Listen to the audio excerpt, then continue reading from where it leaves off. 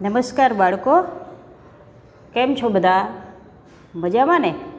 તો ચાલો આજે આપણે ધોરણ 8 એમાં હિન્દી વિષયમાં આપણે કાવ્ય 4 જેનું નામ છે ઉઠો ધરા કે અમર સપૂતો. કાવ્યનું નામ જુઓ તમે, ઉઠો ધરા કે અમર સપૂતો.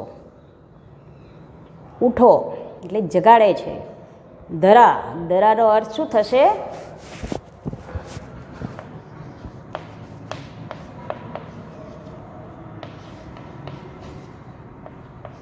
ધરતી.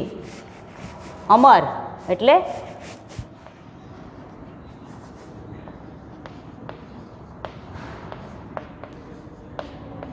ન મરને વાલા.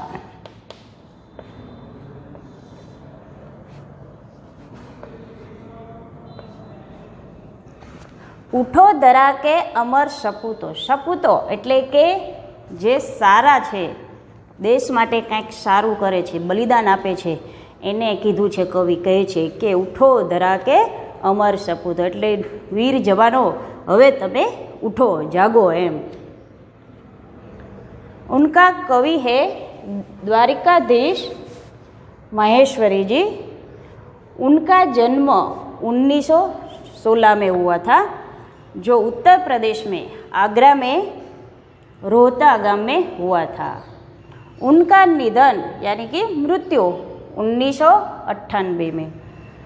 उन्होंने खंड काव्य और काव्य संग्रह लिखे हैं. उन्होंने कई कृतियाँ भी लिखी है. उनमें से हम देखें तो इतना ऊंचा उठो,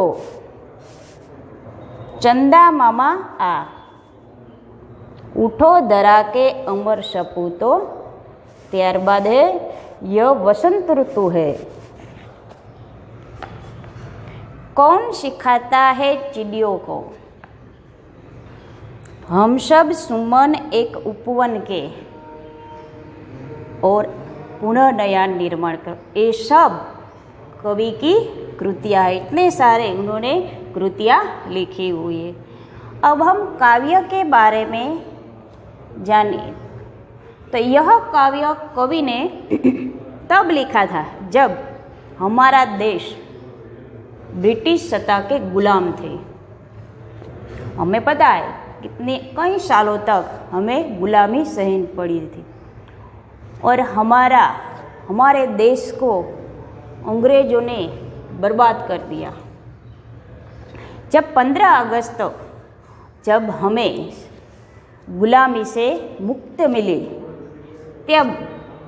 तब आज़ादी का जो अनुभव हुआ था, स्वतंत्रता का अनुभव हुआ था, तब कवि ने इस कविता की रचना की थी.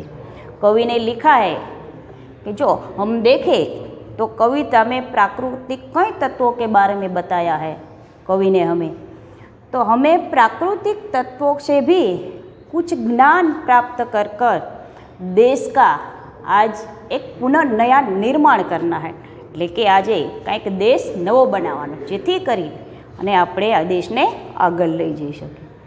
તો આ કાવ્ય છે એનો પ્રકાર જોઈએ તો આ એક સમૂહ ગાન છે.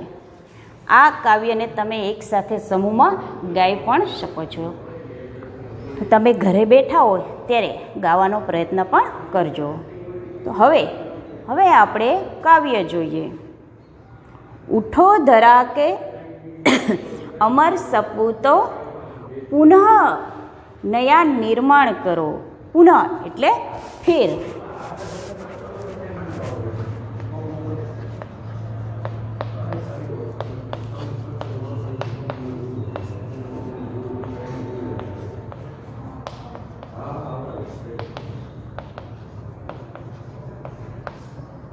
પુનઃ એટલે ફેર, ફરીથી. નિર્માણ એટલે કે નવો બનાવવાનો છે. એટલે ધરતીના જે અમર પુત્રો છે, ધરતીના સપૂતો છે, એમને કહે છે કે ઉઠો, હવે તમે આપણે આ ધરતી, આ દેશને ફરીથી એક જીવન જીવતો કરવાનો છે. કારણ કે અત્યાર સુધી છે એ આપણે ગુલામીમાં જીવતા હતા. હવે જાણે કે આઝાદીનું પ્રભાત ખીલ્યું હોય એટલે બધા લોકો છે એને સંદેશો આપે છે, તમે આળસ, અજ્ઞાન આ બધું આપણામાં રહેલું છે એમાં જાગી અને દેશનું એક નવનિર્માણ કરવામાં તમે હવે લાગી જાઓ. જન જન કે જીવન में फिर से नव स्फूर्ति और नव प्राण भरो. એટલે કે લોકોના જીવનમાં ફરીથી નવી સ્ફૂર્તિ આવે અને એટલા માટે થઈ અને આપણે નવો પ્રાણ પણ પૂરવાનો છે. આગળ જોઈએ કાવ્ય નઈ પ્રાત હે. પ્રાત એટલે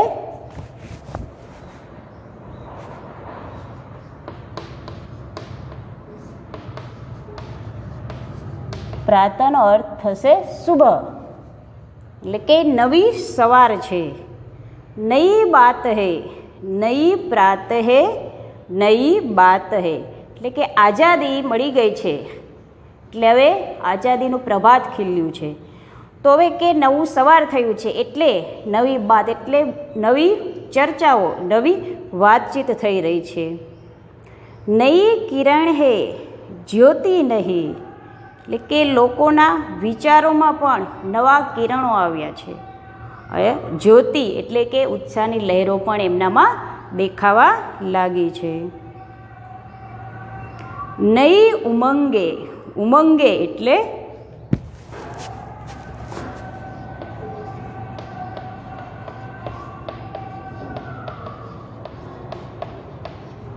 તો ઉત્સાહ એટલે કે લોકો એકદમ હતાશ થઈ ગયા, એટલે કે લોકોનામાં હવે ઉત્સાહ જાગે એવું કાંઈક તમારે એ ધરતીના અમર સપૂતો એવું કાંઈક તમારે કરવાનું છે. એટલે કે નઈ ઉમંગે નઈ તરંગે એટલે લહર, તરંગ એટલે લહર.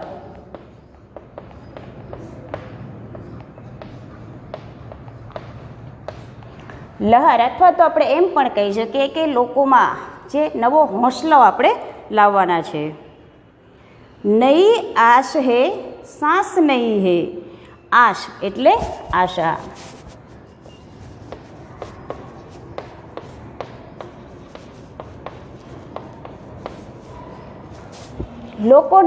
લોકોમાં જોઈએ તો નિરાશા છવાઈ ગઈ છે, એટલે કે લોકો પોતે ફરીથી પોતાની જે આશાઓ છે એ પૂરી કરી શકે અને સાસ બી નહીં એટલે કે આ ખુલ્લું વાતાવરણ જે આપણે પહેલાં ગુલામીમાં જીવતા હતા, અત્યારે આપણે એકદમ સ્વતંત્રતાનું વાતાવરણ આપણે જે છે એમાં લોકો છે એ શ્વાસ લઈ રહ્યા છે. યુગ યુગ કે મુરજે સુમનો. સુમન એટલે ફૂલ.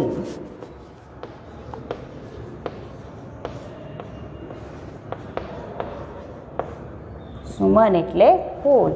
યુગ એટલે કે ઘણા બધા વર્ષો એમ થઈ ગયા. યુગ યુગ કે મુરજે સુમનો મેં નઈ નઈ મુસ્કાન ભરો કે યુગો યુગોથી બધાના ચહેરા જોઈએ તો કરમાઈ ગયા હતા, સ્ટેજ વગરના થઈ ગયા હતા. તો કે એ લોકોમાં હવે આપણે એવું કંઈક કરવાનું છે જેથી કરી અને બધા જ લોકો છે ફરીથી હસવા અથવા તો ખીલવા લાગી જાય. એટલે કહ્યું છે કે જે યુગ યુગ કે મુરજે સુમનો મેં નઈ નઈ હમે મુસ્કાન ભરના હૈ. ઉઠો ધરા કે અમર સપૂતો પુનઃ નયા નિર્માણ કરો. એ ધરતીના પુત્રો જાગો હવે અને તમે છે આ એક અથવા તો દેશનું છે ફરીથી એક નિર્માણ કાર્ય કરવામાં લાગી જાઓ. હવે જોઈએ જો પ્રકૃતિના જે તત્વો અમુક છે એની વિશે વાત કરી છે કે આપણને શું શીખવા મળે એની પાસેથી. ડાલ ડાલ પર બેઠ વિહગ કુછ. વિહગ એટલે શું થશે?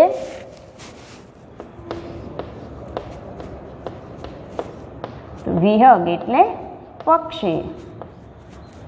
આપણે ડાળીએ વાત હોય એટલે આપણે તરત ખ્યાલ આવી જાય કે પક્ષીની વાત થાય છે. એટલે કે ડાલ ડાલ પર બેઠ વિહગ કે ડાળીઓ ડાળીઓ પર પક્ષીઓ બેઠા છે. કુછ નયે સ્વરો મેં ગાતે હે. હવે એમના રાગ જે એમના સ્વરો છે એમાં આપણને કાંઈક નવીનતા જોવા મળે છે અને જાણે કે ખુશીનું માહોલ હોય અથવા એવું ગીત ગાઈ રહ્યા છે. ગુનગુન ગુનગુન ગુનગુન કરતે ભોંરે મસ્ત ઉધર મંડરાતે હે. અને ચારેય બાજુ ભમરા છે એ પોતાનો ગુંજારવ કરી અને ફરી રહ્યા છે અથવા તો આનંદ લઈ રહ્યા છે. નવયુગ કી નૂતન વીણા મેં નયા રાગ નવ ગાન ભરો. વીણા એટલે આપણે ખ્યાલ જ છે કે સરસ્વતી દેવીના હાથમાં જે વાદ્ય હોય છે એને કહેવાય છે વીણા. તો કહેવાય નવો યુગ આવી ગયો છે, તો હવે વીણામાં આપણે શું કરવાનું છે? નવા રાગ ઊભા કરવાના છે અને એમાં પછી નવા નવા ગીતો આપણે ગાવાના છે. ઉઠો ધરા કે અમર સપૂતો પુનઃ નયા નિર્માણ કરો. એ ધરતીપુત્ર, હવે તમે જાગો અજ્ઞાન આળસમાંથી અને દેશનું નવનિર્માણ કરવાના કાર્યમાં તમે લાગી જાઓ. કલી કલી ખીલ રહી ઇધર વહ ફૂલ ફૂલ મુસ્કાયા હૈ. હવે જોઈએ તો કળીઓ પણ ઘણી ખૂબ જ ખીલી રહી છે અને જાણે કે ફૂલ છે એ હસી રહ્યા હોય એવું કવિને અહીં લાગી રહ્યું છે. ધરતી માँ की आज हो रही નહીં સુનહરી કાયા. ધરતી માતાને જાણે કે આપણને સ્વતંત્રતા મળી ગઈ છે પછી ધરતી માતાની કાયા કેવી દેખાય છે? કાયા એટલે શું થશે? દેહ.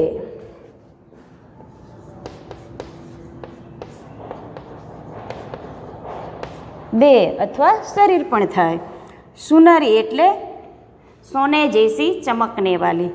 જોઈએ છે તો સ્વતંત્રતા મળી ગઈ છે પછી જાણે કે ધરતી માતા એટલે કે જે આપણો ભારત દેશ છે, ધરતી માતાએ જાણે સોનેરી વસ્ત્રો ધારણ કર્યા હોય એવું લાગી રહ્યું છે. નૂતન મંગલમય ધ્વનિઓ છે ગુંજિત જગ ઉદ્યાન કરો. નૂતન એટલે નયે.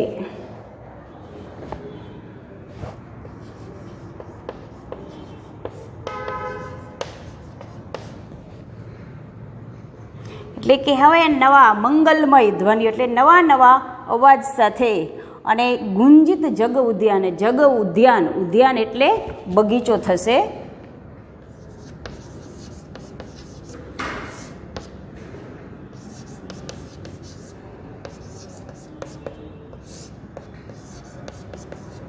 બગીચો અથવા બાગ. પણ અહીંયા બગીચો એટલે આપણે ફૂલ છોડ હોય છે એની વાત નથી કરી, પણ અહીંયા સંસારરૂપી બગીચાની વાત કરી છે. જે સંસાર છે એની વાત કરી છે. કહે છે કે નૂતન મંગલમય ધ્વનિઓ છે ગુંજિત જગ ઉદ્યાન કરો. હે અમર સપૂતો, તમે મંગલમય વાતાવરણથી વાણીથી આ જે સંસારરૂપી બગીચો છે એને તમે ફરીથી ગુંજિત કરવાનો પ્રયત્ન કરો. ઉઠો ધરા કે અમર સપૂતો પુનઃ નયા નિર્માણ. કે ધરતીપુત્ર, હવે તમે ઉઠો અને નવનિર્માણના કાર્યમાં તમે લાગી જાઓ. હવે આના પછી જોઈએ તો એ આપણે જે રોજ સવારે ઉઠીને વિદ્યાર્થીઓ બધા શાળામાં આવતા હોય છે તો એને ઉદ્દેશીને કવિએ અહીંયા પંક્તિ રચેલી છે. સરસ્વતી કા પાવન મંદિર. આ છે દેશના બાળકોને કવિ કહે છે કે આપણો આ દેશ છે એ સરસ્વતીનું એક પવિત્ર મંદિર છે એમ કવિ કહે છે. શુભ સંપત્તિ તુમારી હે. હવે આપણને ખ્યાલ જ છે શાળાએ આવી તો અહીંયા કઈ સંપત્તિ આપણે લેવા માટે આવીએ છીએ? ખ્યાલ છે ને બધાને? તો કે આપણે શાળાએ આવી છીએ વિદ્યા પ્રાપ્ત કરવા માટે. એટલે કે આ સંપત્તિ છે આપણે લેવા માટે આવી છે. તો કે શુભ સંપત્તિ તુમારી હે એટલે કે જે શાળાએ આવે છે આ જે વિદ્યા એ બાળકોની છે, આ બધી સંપત્તિ તમારી જ છે. તુમ મેં સે હર બાલક ઇસકા રક્ષક ઓર પૂજારી હે. આ વિદ્યા મંદિરનો દરેક બાળક છે એ એનો રક્ષક, એની રક્ષા કરવાવાળો અને એની પૂજા કરવાવાળો પણ બાળક છે. સત સત દીપક જલા જ્ઞાન કે. સત સત એટલે કે 100 એટલે કે ખૂબ જ અહીં સેંકડો દીવા પ્રગટાવવામાં આવ્યા છે. નવયુગ કા આહવાન કરો. આહવાન એટલે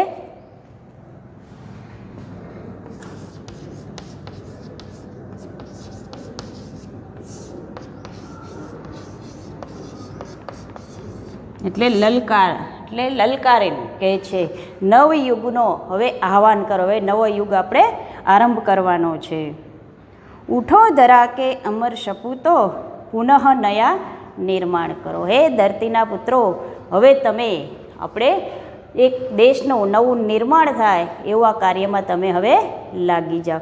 તો વિદ્યાર્થી મિત્રો, તમને આ કાવ્ય જે છે કે જે ઉઠો ધરાકે અમર સપૂતો, એમાં તમને હવે બધું સમજાઈ ગયું છે. તેમ છતાં છે તમે ઘરે બેઠા જે પ્રશ્ન સ્વાધ્યાયમાં આપેલા હોય એનો ઉકેલ લાવવાનો પ્રયત્ન કરશો.